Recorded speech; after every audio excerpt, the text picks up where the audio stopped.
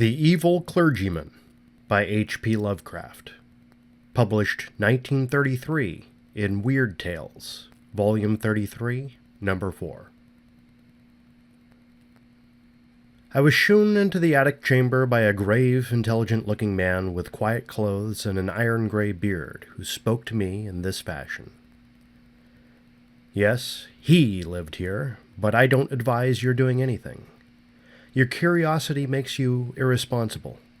We never come here at night, and it's only because of his will that we keep it this way. You know what he did. That abominable society took charge at last, and we don't know where he is buried. There was no way the law or anything else could reach the society. I hope you won't stay after dark, and I beg of you to let that thing on the table, the thing that looks like a matchbox, alone. We don't know what it is, but we suspect it has something to do with what he did. We even avoid looking at it very steadily. After a time, the man left me alone in the attic room. It was very dingy and dusty, and only primitively furnished, but it had a neatness which showed it was not a slum denizen's quarters. There were shelves full of theological and classical books, and another bookcase containing treatises on magic, Paracelsus, Albertus Magnus, Trithemius, Hermes Trismegistus, Borellus, and others in strange alphabets whose titles I could not decipher. The furniture was very plain. There was a door, but it led only into a closet. The only egress was the aperture in the floor up to which the crude, steep staircase led. The windows were of bull's-eye pattern, and the black oak beams bespoke unbelievable antiquity. Plainly, this house was of the old world. I seemed to know where I was, but cannot recall what I then knew. Certainly, the town was not London. My impression is of a small seaport. The small object on the table fascinated me intensely. I seemed to know what to do with it, for I drew a pocket electric light, or what looked like one, out of my pocket and nervously tested its flashes. The light was not white, but violet, and seemed less like true light than like some radioactive bombardment. I recall I did not regard it as a common flashlight. Indeed, I had a common flashlight in another pocket. It was getting dark, and the ancient roofs and chimney pots outside looked very queer through the bull's-eye window panes. Finally, I summoned up courage and propped the small object up on a table against a book, then turned the rays of the peculiar violet light upon it. The light seemed now to be more like a rain or hail of small violet particles than like a continuous beam. As the particles struck the glassy surface at the center of the strange device, they seemed to produce a crackling noise like the sputtering of a vacuum tube through which sparks are passed. The dark glassy surface displayed a pinkish glow, and a vague white shape seemed to be taking form at its center. Then I noticed that I was not alone in the room, and put the ray projector back in my pocket. But the newcomer did not speak, nor did I hear any sound whatever during all the immediately following moments. Everything was shadowy pantomime, as if seen at a vast distance through some intervening haze, although on the other hand the newcomer and all subsequent comers loomed large and close, as if both near and distant, according to some abnormal geometry. The newcomer was a thin, dark man of medium height, attired in the clerical garb of the Anglican Church.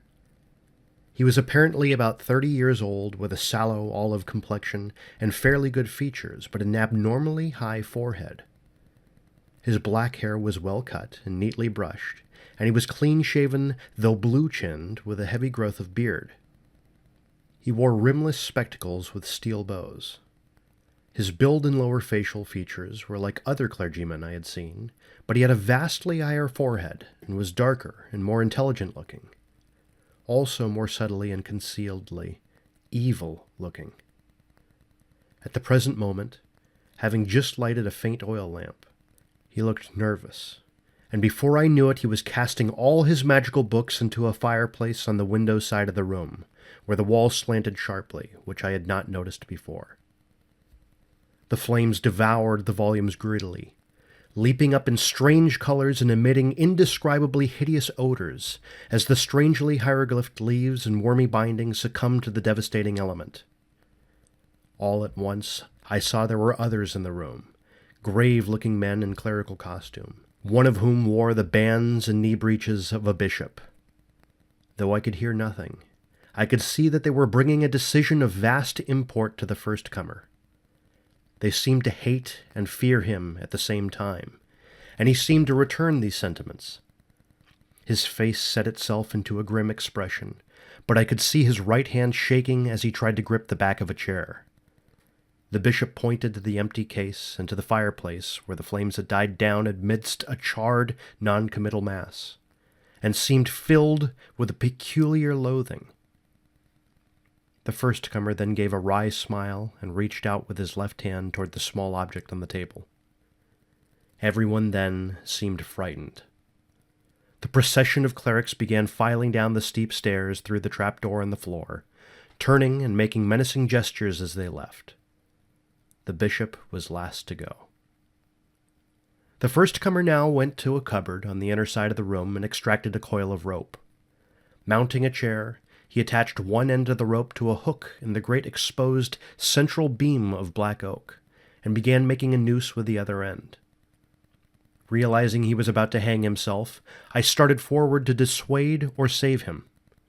He saw me and ceased his preparations, looking at me with a kind of triumph which puzzled and disturbed me. He slowly stepped down from the chair and began gliding toward me with a positively wolfish grin on his dark, thin-lipped face. I felt somehow in deadly peril, and drew out the peculiar ray projector as a weapon of defense. Why I thought it would help me, I do not know. I turned it on, full in his face, and saw the sallow features glow first with violet and then with pinkish light. His expression of wolfish exultation began to be crowded aside by a look of profound fear, which did not, however, wholly displace the exultation. He stopped in his tracks, then flailing his arms wildly in the air, began to stagger backward. I saw he was edging toward the open stairwell in the floor, and tried to shout a warning, but he did not hear me. In another instant he had lurched backward through the opening and was lost to view. I found difficulty in moving toward the stairwell, but when I did get there I found no crushed body on the floor below. Instead, there was a clatter of people coming up with lanterns, for the spell of phantasmal silence had broken, and I once more heard sounds and saw figures as normally tri-dimensional. Something had evidently drawn a crowd to this place. Had there been a noise I had not heard? Presently, the two people, simply villagers apparently, farthest in the lead saw me, and stood paralyzed. One of them shrieked loudly and reverberantly, "Ah! It be Easer! Again!" Then they all turned and fled frantically, all that is but one. When the crowd was gone, I saw the grave-bearded man who had brought me to this place, standing alone with a lantern. He was gazing at me gaspingly and fascinatedly, but did not seem afraid. Then he began to ascend the stairs and joined me in the attic. He spoke. "So you didn't let it alone. I'm sorry. I know what has happened. It happened once before, but the man got frightened and shot himself. You ought not to have made him come back. You know what he wants, but you mustn't get frightened like the other man he got. Something very strange and terrible has happened to you, but it didn't get far enough to hurt your mind and personality. If you'll keep cool and accept the need for making certain radical readjustments in your life, you can keep right on enjoying the world and the fruits of your scholarship. But you can't live here, and I don't think you'll wish to go back to London. I'd advise America. You mustn't try anything more with that thing. Nothing can be put back now. It would only make matters worse to do or summon anything. You are not as badly off as you might be, but you must get out of here at once and stay away. You'd better thank heaven it didn't go further. I'm going to prepare you as bluntly as I can. There's been a certain change in your personal appearance. He always causes that. But in a new country, you can get used to it. There's a mirror up at the other end of the room, and I'm going to take you to it. You'll get a shock, though you will see nothing repulsive. I was now shaking with a deadly fear, and the bearded man had almost had to hold me up as he walked me across the room to the mirror. The faint lamp, that formerly on the table, not the still fainter lantern he had brought, in his free hand. This is what I saw in the glass.